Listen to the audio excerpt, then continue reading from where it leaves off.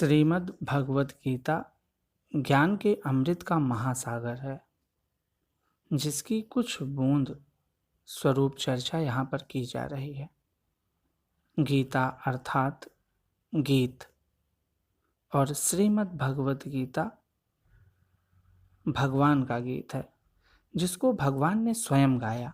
इसको यह भी कहा जा सकता है कि भगवान तक पहुँचने का गीत, संगीत श्रीमद् भगवत गीता है।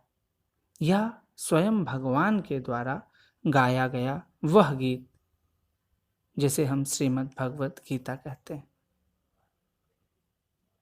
इस गीत में ज्ञान की अनंत धाराएं समाहित हैं, परंतु इनमें सबसे प्रधान धारा कर्मयोग, भक्ति योग एवं ज्ञान योग की है।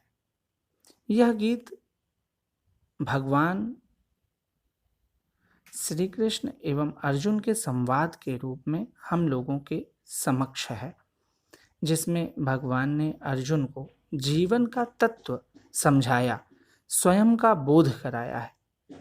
भगवत गीता नारायण द्वारा नर से संवाद है। यह एक आम धारणा बनी रही है कि श्रीमद् भगवत गीता साधु, सन्यासियों एवं साधकों के लिए ही है।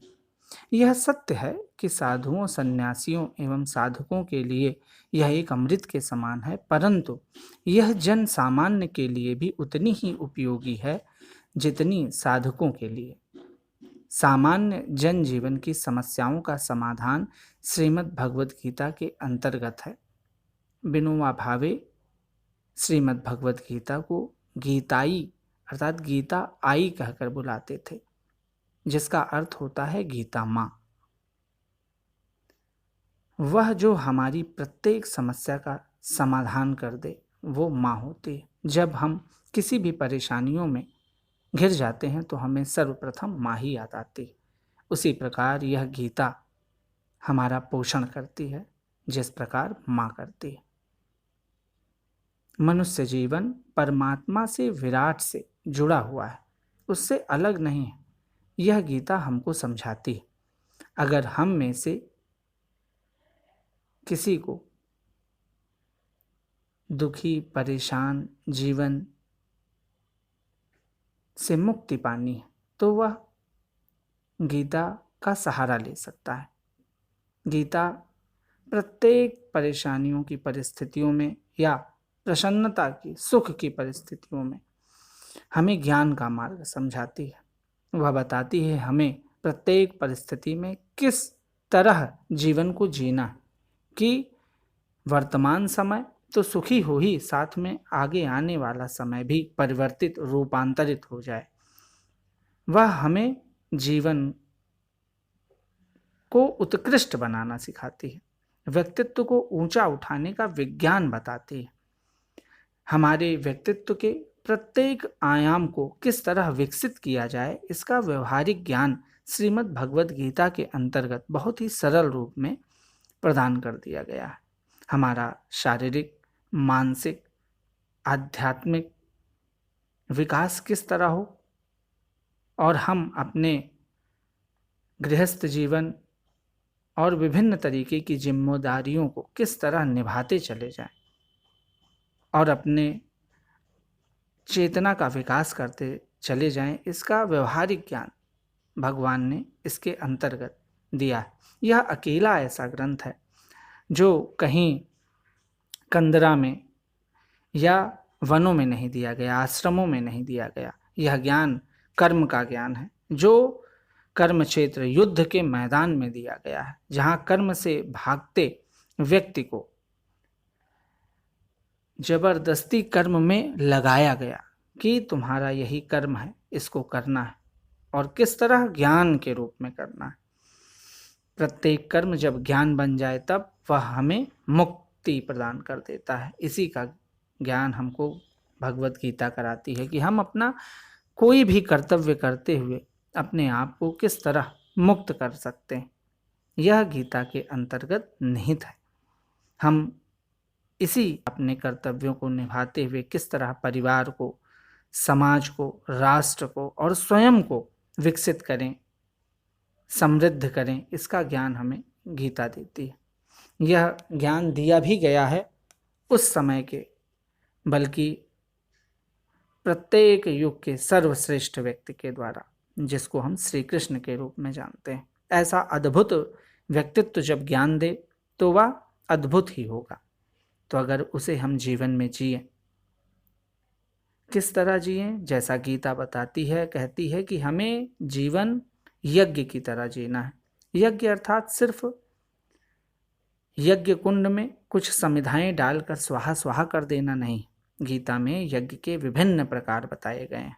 गीता यज्ञ के स्वरूप को बताते हुए कहती है, द्रव्य यज्ञास तपो यज्ञा योग यज्ञास तथा परे। यज्ञ के कई प्रकार हैं, जिसमें लोगों को खुशियां देना, दुख दर्द बांटना, यह सब जीवन यज्ञ के अंग बताए गए हैं। गीता में बताया गया है कि हम प्रत्येक कर्म इदम नमम के भाव से करते चले तो हमारा जीवन यज्ञ बनता चला जाएगा।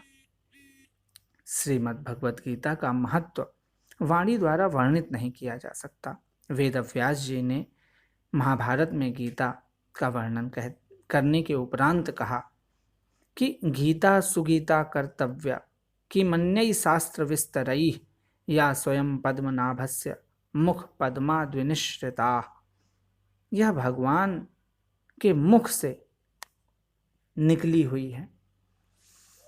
इसका अगर हम पाठ करते हैं, इसको जीवन में उतारते हैं, तो हमें फिर किसी और शास्त्र को पढ़ने की जरूरत ही नहीं। श्रीमद् भगवत गीता के महात्म प्रकरण में इसके महात्म को बताते हुए कहा गया है कि सर्वोपनिषदो गाओ दोग्धा गोपाल नंदन पार्थो वक्ता सुधीर भोक्ता गीता दुग्धम मृतम महत्। अर्थात समस्त उपनिषद गाय के समान हैं और उसको दुहने वाले कृष्ण